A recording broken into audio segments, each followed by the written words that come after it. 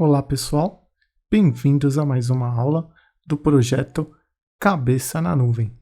Neste módulo, veremos como é possível rodar Dockers na AWS.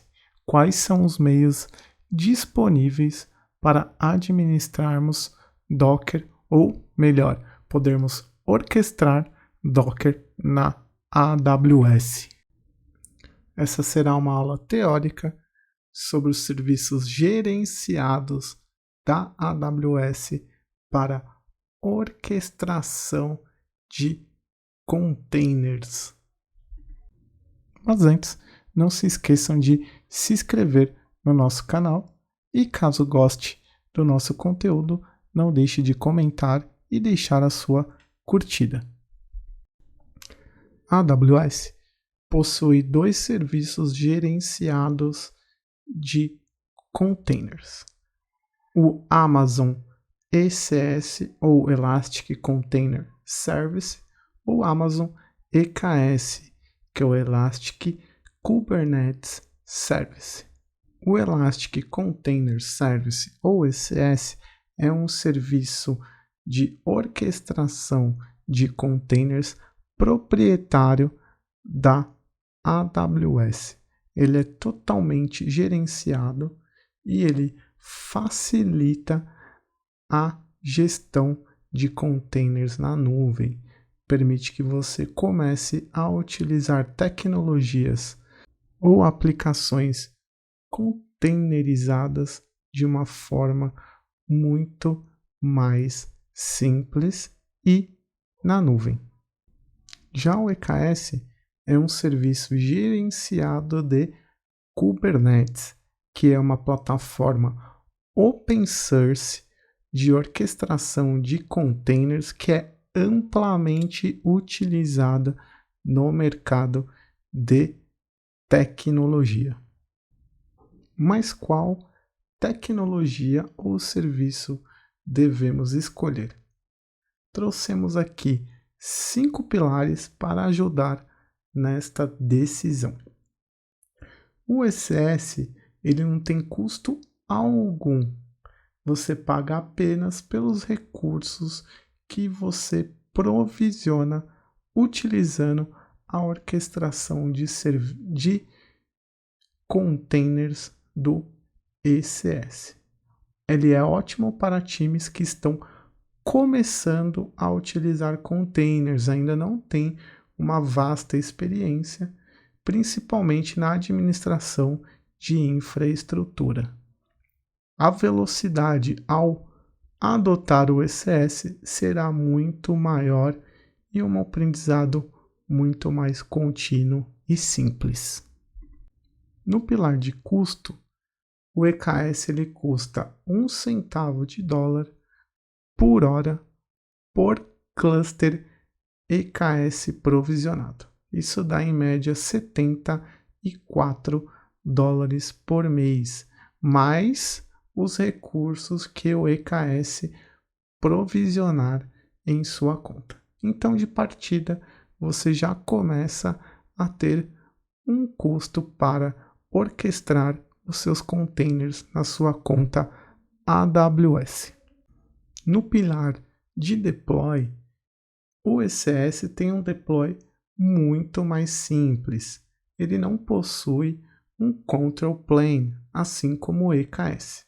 É uma ferramenta muito mais simples de administrar, podendo inclusive ser configurada e administrada diretamente do console AWS. Ele requer um menor conhecimento e experiência em orquestração de containers, permitindo que o time foque em business features ou entregas de negócio. Já o EKS possui um deploy mais complexo. Ele configura e efetua as entregas de pods via Kubernetes, que requer um especialista em Kubernetes para efetuar este tipo de configuração. Uma pessoa que está começando do zero em orquestração de containers não conseguirá de forma normal ou fácil adquirir esse conhecimento sem uma especialização. É um serviço ou tecnologia super avançada com diversas configurações e opções diferentes de add-ons ou configurações específicas de infraestrutura de forma extremamente avançadas que necessita de um especialista para subir este tipo de cluster. Se o seu time não tem este conhecimento, não é recomendado iniciar orquestração utilizando Kubernetes. O terceiro pilar é o pilar de portabilidade. O serviço de ECS é um serviço proprietário da AWS, é uma tecnologia da AWS. Isso traz um risco de lock-in da sua infraestrutura à infraestrutura da AWS, uma vez que é uma tecnologia proprietária. Lembrando que ele estará entregando principalmente a infraestrutura da sua aplicação. Aplicações modernas não devem depender de infraestrutura, ela deve ser abstraída, então não é um lock-in completo da sua aplicação, apenas da infra. Se você movesse para outra provedora de nuvem, você teria que reescrever o código de infraestrutura as a service. Já o Kubernetes é uma tecnologia open source, facilmente migrada para outro provedor de tecnologia na nuvem. Você pode e deve utilizar, por exemplo, o Terraform para a entrega de infraestrutura como código, e assim você facilmente, com pouquíssimas adaptações, move toda a sua infraestrutura e a sua aplicação para outro provedor de nuvem. O ECS possui um número limitado de uso de INIs em uma instância. Dependendo da instância, ela pode não conseguir utilizar todos os recursos de forma mais otimizada para a network. Já o EKS consegue compartilhar INIs para múltiplos pods e acomodar mais pods em uma única instância, utilizando ela de forma mais otimizada. Falando do pilar de suporte, o ECS tem uma adoção do mercado muito menor do que o EKS. Possui, assim, um público limitado para você fazer benchmarks e tirar dúvidas. Porém, o suporte corporativo da AWS, sendo pago, será muito bom. Já o EKS, ele é amplamente utilizado pelo mercado, tem uma grande comunidade e facilmente você encontrará documentações para suporte da sua aplicação. Lembrando que o intuito desse vídeo era apresentar algumas características entre os dois serviços gerenciados e não fazer um artigo detalhado de todos os pilares e capacidades desses serviços, apenas compará-los de forma mais genérica.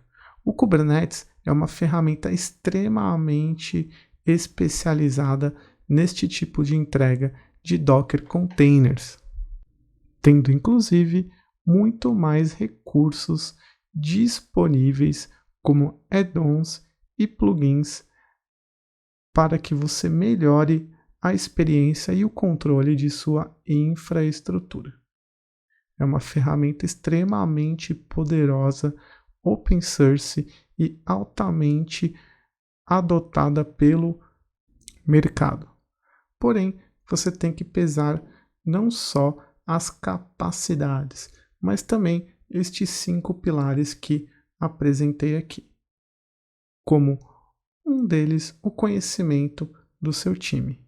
Se você não tiver ou não puder contratar um recurso especializado para administrar o seu cluster EKS, dificilmente você conseguirá ir nesta linha. Será um caminho mais comum ir para o ECS. Para os dois serviços gerenciados, temos duas formas de criar um cluster. Temos tanto o cluster baseado em Amazon EC2, quanto um novo modo serverless chamado AWS Fargate. Qual dos dois podemos ou devemos utilizar? Vamos fazer aqui algumas comparações. No modo EC2, o cluster é criado por uma ou mais instâncias EC2, compondo um cluster. E qual seria os pontos positivos de utilizar este modo de entrega de cluster?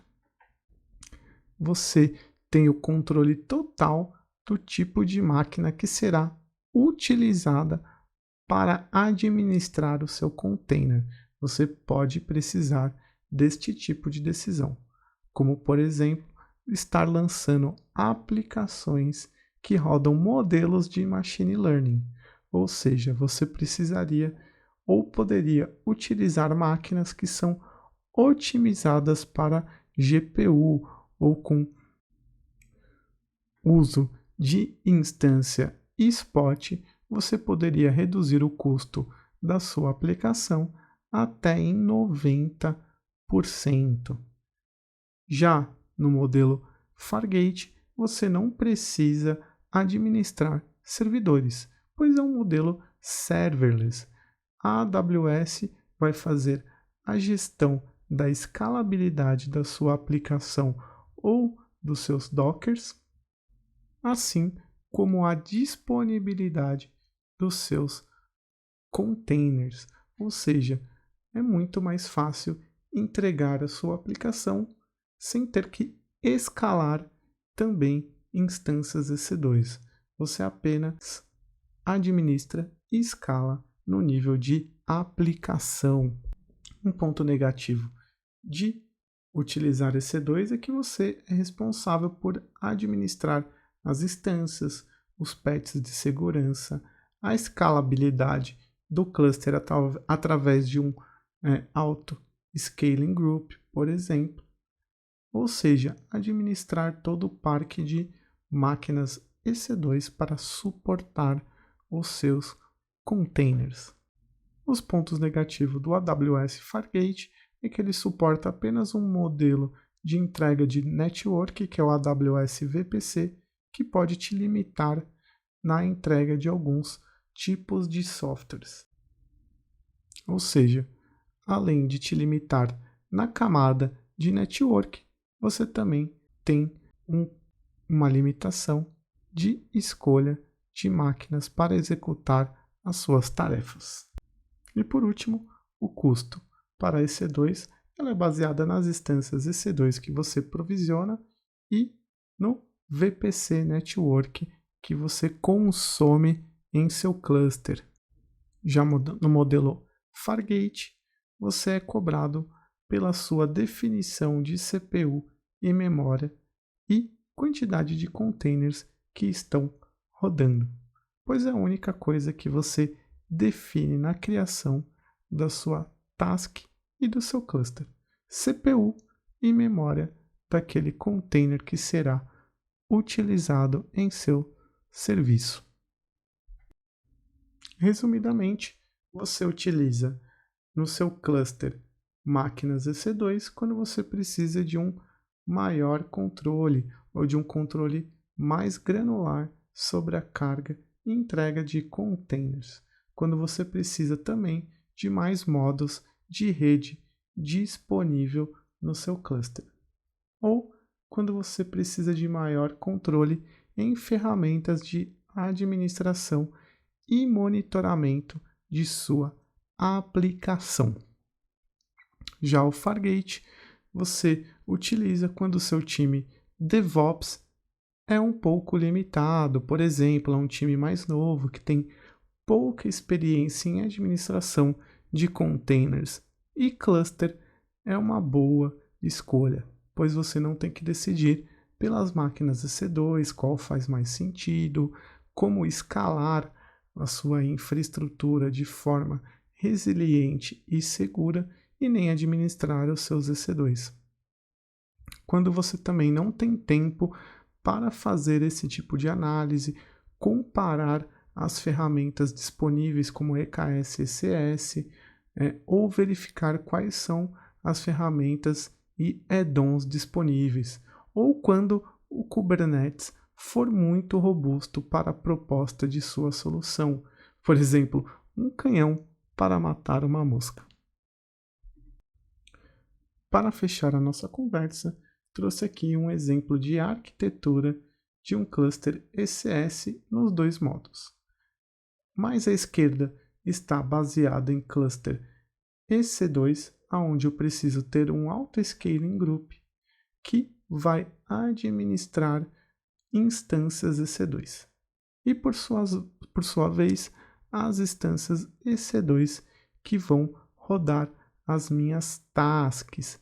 Já mais à direita, o modelo Fargate, onde eu só me preocupo em escalar o meu serviço ou as tasks do meu serviço. Muito mais simples, certo? Trouxe também um exemplo de arquitetura simplificada de EKS. À esquerda está o modelo Fargate, onde ele vai provisionar e orquestrar os pods de forma serverless utilizando o Fargate, apenas no nível de pods. E à direita, uma arquitetura simplificada no modelo de Traditional Container Data Plane, utilizando EC2.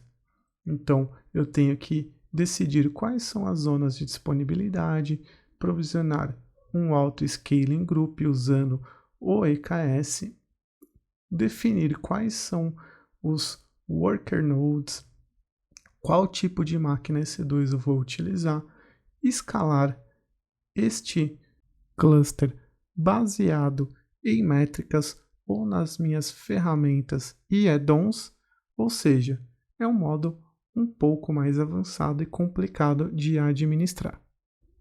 Novamente, o intuito desse vídeo não era fazer uma tese sobre os dois serviços e qual o melhor para ser utilizado, e sim apresentar pontos positivos e negativos, assim como alguns pilares que podem ajudar na decisão de qual serviço ou modelo utilizar. Bom, pessoal, chegamos ao final da nossa aula teórica. Espero que vocês tenham gostado deste conteúdo. Não deixem de se inscrever no canal e deixar a sua curtida e comentário no vídeo. Obrigado.